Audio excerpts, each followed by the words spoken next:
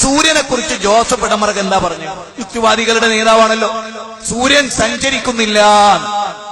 ഇന്ന് ഏതെങ്കിലും ഒരു സയൻസ് വിദ്യാർത്ഥി ജോസഫ് ഇടമറകിനെ കണ്ട എടാ പൊട്ട, സയൻസ് വിദ്യാർത്ഥികൾക്ക് പോലും അറിയാം എന്ത് സൂര്യൻ സഞ്ചരിക്കുന്നു.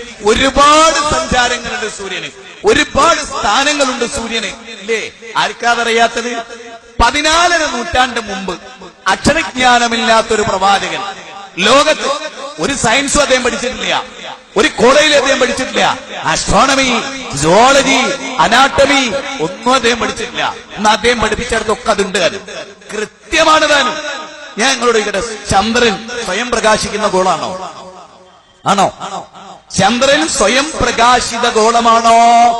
സയൻസ് അറിയാവുന്ന യുക്തിവാദി എന്നോടാ ചോദിച്ചോ, ഉണ്ടെങ്കിൽ വന്ന് എഴുതി ഇങ്ങോട്ട് തരും. ആണോ അല്ലേ? സ്വയം പ്രകാശിത ഗോളമാണോ ചന്ദ്രൻ? അല്ലാന്ന് ഇന്നത്തെ കുട്ടിക്ക് അറിഞ്ഞൂടെ?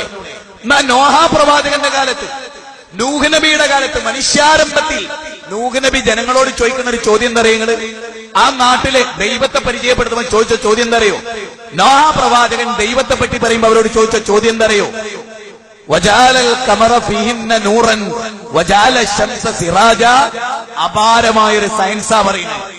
ഇസ്ലാമിൽ പ്രവാചകന്മാർക്ക് ഇന്നത്തെ സയൻസ് അധ്യാപകർ കുത്തിരിഞ്ഞ് കഷ്ടപ്പെടുന്നതിന് മുമ്പ് അവർക്കറിയാമായിരുന്നു വജാലൽ ഖമറ ഫീഹിന്ന നൂറൻ വജാല ശംസ സിറാജ.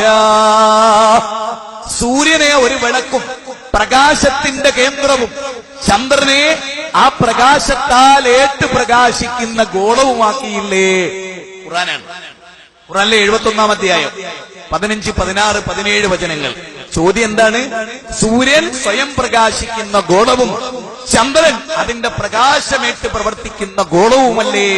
അങ്ങനെ പടച്ചോൻ നിങ്ങൾക്ക് ആക്കി തന്നിട്ടില്ലേ?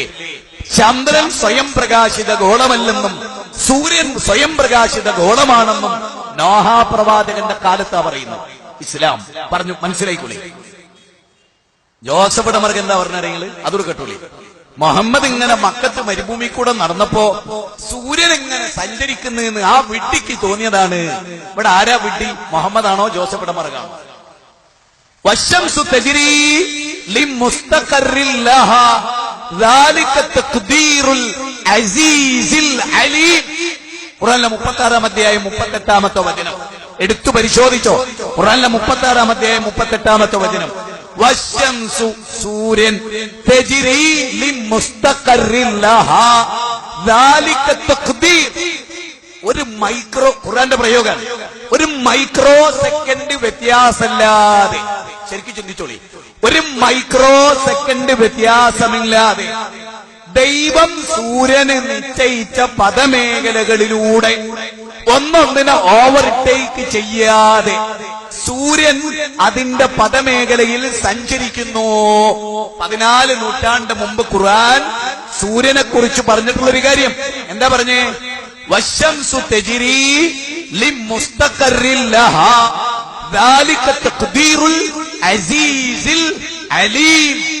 പ്രതാപവാനായ യുക്തിമാനായ ഒരു സർവശക്തൻ സൂര്യനെ അതിന്റെ നിശ്ചിത പദമേഖലകളിലൂടെ ഒരു മൈക്രോ സെക്കൻഡ് വ്യത്യാസമില്ലാതെ സഞ്ചരിപ്പിച്ചുകൊണ്ടേ പോകുന്നു.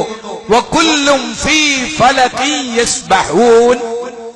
വകുല്ലും ഫീ ഫലകി യസ്ബഹൂൻ. അതിന്റെ അർത്ഥം എന്താ അറിയോ? അതിന്റെ അർത്ഥം എന്താ അറിയോ? എല്ലാ ഗോളങ്ങളും ഒന്നൊന്നിനെ ഓവർടേക്ക് ചെയ്യാതെ സഞ്ചരിക്കുന്നു. ഇനി ഞാന് ഈ തളിപ്പറമ്പിലെ ടൗൺ സ്ക്വയറിൽ കൂടിയ ഒരുപക്ഷെ നമ്മൾ തമ്മിൽ ഇനി കണ്ടോണമെന്നില്ല. പക്ഷെ സഹോദരങ്ങളെ, ഞാനൊരു ചോദ്യം ചോദിച്ചോട്ടെ നിങ്ങളോട്. ഒരു മൈക്രോ സെക്കൻഡ് വ്യത്യാസമില്ലാതെ സൂര്യൻ സഞ്ചരിച്ചു കൊണ്ടേ പോകുന്നു എന്ന ഖുർആനിക പരാമർശത്തിൽ എന്ത് സയന്റിഫിക് ബ്ലണ്ടറാണുള്ളത് എന്ന് നിങ്ങളോട് ചോദിക്കരുത്. എന്നെ നിങ്ങളോട് ചോദിക്കണം. ഇനി ഒരു കാര്യം കൂടി പറഞ്ഞുതരാം. ലോകത്തിന് ഈ സയൻസ് കണ്ടെത്താനുള്ള ഞാനിപ്പോ പറഞ്ഞുതരാം. ഞാൻ സയൻസ് അധ്യാപനല്ല, ഞാൻ പറഞ്ഞുതരാം. അതിലേക്ക് വെറുതെ കോടി ചെലവാക്കണ്ട. മുസ്ലിങ്ങളോട് അടുത്ത് ചോദിക്കേണ്ട ചില ചോദ്യമുണ്ട് ശാസ്ത്രജ്ഞന്മാര്. ഞങ്ങൾക്ക് പണി എളുപ്പ. അതിന് ലളിതമായൊരു ഉദാഹരണം പറഞ്ഞുതരാം. എന്താ പറയുക നിങ്ങള്? ഞാൻ നിങ്ങളോട് ചോദിക്കാം, 6:30 ഉദയം. എത്ര? സൂര്യന്റെ ഉദയ ടൈം എത്ര? 6:30. 6:29 ഉദിച്ചിട്ടുണ്ടോ സൂര്യൻ എപ്പോഴെങ്കിലും? 1 മിനിറ്റ് നേരത്തെ ഉദിച്ചു, ഉണ്ടായോ? ഇല്ല. 1 മിനിറ്റ് കഴിഞ്ഞു, സൂര്യൻ ഉദിക്കില്ല. 2 മിനിറ്റ് കഴിഞ്ഞു, സൂര്യൻ ഉദിക്കില്ല. 5 മണിക്കൂർ കഴിഞ്ഞു, സൂര്യൻ ഉദിക്കില്ല. അങ്ങനെ ഒരു അവസ്ഥ മാനവ ചരിത്രത്തിൽ ഇന്ന് വരെ ഉണ്ടായിട്ടുണ്ടോ? ഇല്ല. എന്നൊരു ചോദ്യം ചോദിച്ചോട്ടെ. വിശുദ്ധ ഖുർആൻ സൂര്യൻ അതിന്റെ നിശ്ചിത പദമേഖലകളിലൂടെ സഞ്ചരിക്കുന്നു എന്ന് ഖുർആൻ പറയാണ്. സൂര്യൻ അതിന്റെ നിശ്ചിത പദമേഖലകളിലൂടെ 1 മൈക്രോ സെക്കൻഡ് വ്യത്യാസമില്ലാതെ സഞ്ചരിക്കുന്നു എന്ന് ഖുർആൻ പറയാം. ഒന്ന് നല്ലോണം കേൾക്കണേ, ചിന്ത എവിടെയും പതറിപ്പോരുത്, കേട്ടോളാം. 1450 വർഷങ്ങൾക്ക് മുമ്പ് ഒരു ഗ്രന്ഥം എന്താ പറയുന്നത്? 1 മൈക്രോ സെക്കൻഡ് വ്യത്യാസം ഉണ്ടാവില്ല സൂര്യന്റെ കാര്യത്തിൽ. അത് അതുപോലെ 1450 വർഷം കഴിഞ്ഞിട്ടും തുടരുന്നുവെങ്കിൽ അതിന്റെ അർത്ഥം എന്താ? ദെൻ ലളിതമായ ഒരു വിവരണവും കൂടെ തരാം എല്ലാവർക്കും. ഞാൻ ഈ സ്റ്റേജിൽ വെച്ചിട്ട് ഒരു കാര്യം പറയാണ്. 1400 വർഷം കഴിഞ്ഞാലും അത് അങ്ങനെ തന്നെ തുടരുന്നും പറയാണ്. ഞാനൊക്കെ മരിച്ചിട്ട് 1400 വർഷം കഴിഞ്ഞിട്ടും അത് അതുപോലെ തുടരുന്നുണ്ടെങ്കിൽ ഞാൻ ആരാ സുഹൃത്തുക്കളെ? ഇനി ഞാൻ നിങ്ങളോടൊരു കാര്യം, തേനീച്ചയും തേനും അറിയാത്ത ആരെങ്കിലും ഉണ്ടോ ഇവിടെ? തേനീച്ചയും തേനും അറിയാത്ത ആരെങ്കിലും?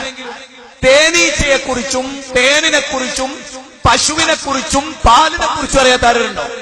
പാലിനെ കുറിച്ച് ഖുർആന്റെ പ്രയോഗം എന്താ?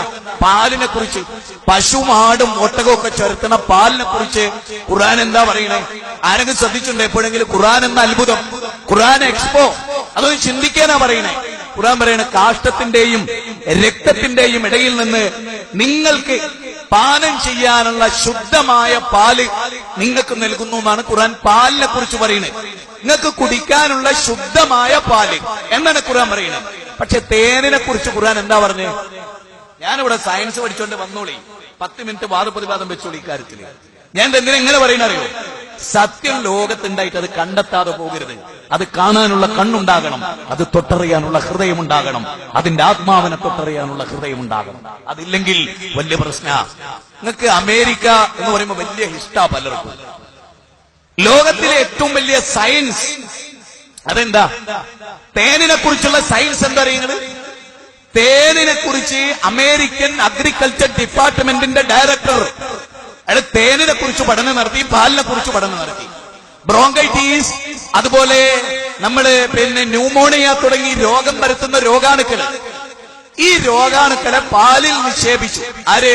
അമേരിക്കൻ അഗ്രികൾച്ചർ ഡിപ്പാർട്ട്മെന്റിന്റെ ഹെഡായ സയൻസ് അധ്യാപകൻ എന്താണ് ചെയ്യണത്? പാലിൽ മാരക രോഗകാരണമായ രോഗാണുക്കളെ നിക്ഷേപിക്കുന്നു. എന്നിട്ട് 4-5 ദിവസം അദ്ദേഹം പഠനം നടത്തുക. പക്ഷേ അദ്ദേഹത്തെ ഞെട്ടിച്ചുകൊണ്ട് പാലിൽ രോഗാണുക്കൾ വളരുന്നു. പശുവിന്റെ പാലിൽ രോഗാണുക്കൾ വളരുന്നു.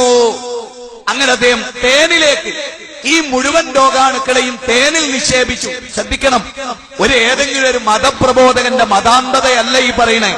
സയൻസ് രേഖപ്പെടുത്തിയ സോളിഡ് എവിഡൻസ്, സിമെന്റഡ് പ്രൂഫ്. ഖുൽ ഹാതു ബുർഹാനകും ഇൻ കുൻതും സ്വാദിഖീൻ. എവിടെ? Bring the evidence. എവിടെയോ തെളിവ് എന്ന് വെച്ചാൽ തെളിവാ പറയണേ. സൈറ്റിൽ കയറി തേനിനെ കുറിച്ച് പരിശോധിച്ചോ? സോമർ ഡാം എന്ന ശാസ്ത്രകാരനെ പരിശോധിച്ചോ? ഇനി ഞാൻ പറയണൊന്ന് ശ്രദ്ധിച്ചേ. തേനിൽ എല്ലാ മാരകശേഷിയുള്ള രോഗാണുക്കളെയും തേനിൽ നിക്ഷേപിച്ചു.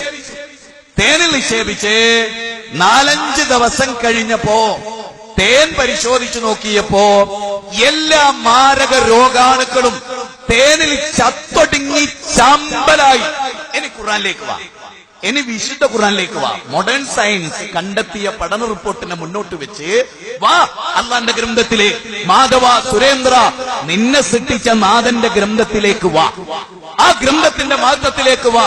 ബാലചന്ദ്രനെയും സുരേന്ദ്രനെയും കാർൽ മാക്സിനെയും മെങ്കൽസിനെയും ലെനിനെയും മുസോളിനിയെയും സമർത്ഥനായ സീസറെയും പ്രസിദ്ധനായ ഹോമറെയും സൃഷ്ടിച്ച നെതന്യാഹുവിനെയും അതുപോലെ രാഹുൽ സാങ്കൃത്യായനെയും ഒക്കെ സൃഷ്ടിച്ച ലോകത്തിന്റെ നാഥൻ വിശുദ്ധ ഖുർആനിൽ തേനിനെ കുറിച്ച് പറഞ്ഞു. ഖുർആനിലെ 16-ാം അധ്യായം സൂറത്ത് നഹൽ, തേനീച്ച, അതിൽ 68-69 വചനത്തിൽ എന്താ പറയണറിയോ? പെണ്ടേനീച്ചയാണ് കൂടുണ്ടാക്കണ എന്ന സത്യം, പെണ്ടേനീച്ചയാണ് തേൻ ശേഖരിക്കുന്നെന്ന സത്യം, 50 ദശലക്ഷം പുഷ്പങ്ങളിൽ നിന്ന് 1/2 ലിറ്റർ തേൻ ശേഖരിക്കുന്നത് ആണുങ്ങളല്ല പെണ്ടേനീച്ചയാണ് എന്ന് 14ാം നൂറ്റാണ്ട് മുമ്പ് 1878-ലെങ്ങാനാണ് സോമൽഡാം എന്ന് പറയുന്ന ശാസ്ത്രകാരൻ പെൻഡേലീച്ചയാണ് കൂടുണ്ടാക്കുന്നത്, പെൻഡേലീച്ചയാണ് അധ്വാനിക്കുന്നത്, പെൻഡേലീച്ചയാണ് ഇതൊക്കെ ചെയ്യുന്നത് എന്ന് മോഡേൺ സയൻസ് കണ്ടെത്തി. 14ാം നൂറ്റാണ്ട് ഖുർആൻ പറയാ പെൻഡേലീച്ചയാണ് അതൊക്കെ ചെയ്യുന്നത്. അതിനെ സൃഷ്ടിച്ച സൃഷ്ടാവിനല്ലാതെ അത് പറയാൻ കഴിയില്ല. ഇനി തേനിനെ കുറിച്ച് ഖുർആൻ എന്താ പറയണേ? തേനിനെ കുറിച്ച് എന്താ പറയുന്നത്? ഫീഹി ശിഫാഉൽ ലിന്നാസ്, ജനങ്ങൾക്ക് ശമന ഔഷധമാണത്, ഔഷധമാണ്, രോഗത്തെ മാറ്റുന്നതാണ്. ഏത് പ്രതിസന്ധിക്കും തേന് പരിഹാര. പരിശോധിച്ചോ, ലോകത്ത് തേൻ നിർദ്ദേശിക്കപ്പെട്ടിട്ടുണ്ട്. 14 നൂറ്റാണ്ട് മുമ്പ് തേനീച്ചയെ കുറിച്ചും തേനിനെ കുറിച്ചും തേനിന്റെ ഔഷധത്തെ കുറിച്ചും അതിന്റെ ക്വാളിറ്റിയെ കുറിച്ചും ഖുർആൻ പറഞ്ഞിട്ട് മോഡേൺ സയൻസ് ഇന്നും അത് തെളിയിച്ച് അത് വിശ്വസിക്കാൻ ഇവിടെ ആളുകളുണ്ട്. അള്ളാഹ് പറഞ്ഞു എന്ന് പറഞ്ഞാലോ അവിശ്വസിക്കാൻ ഇവിടെ ആളുകളില്ല.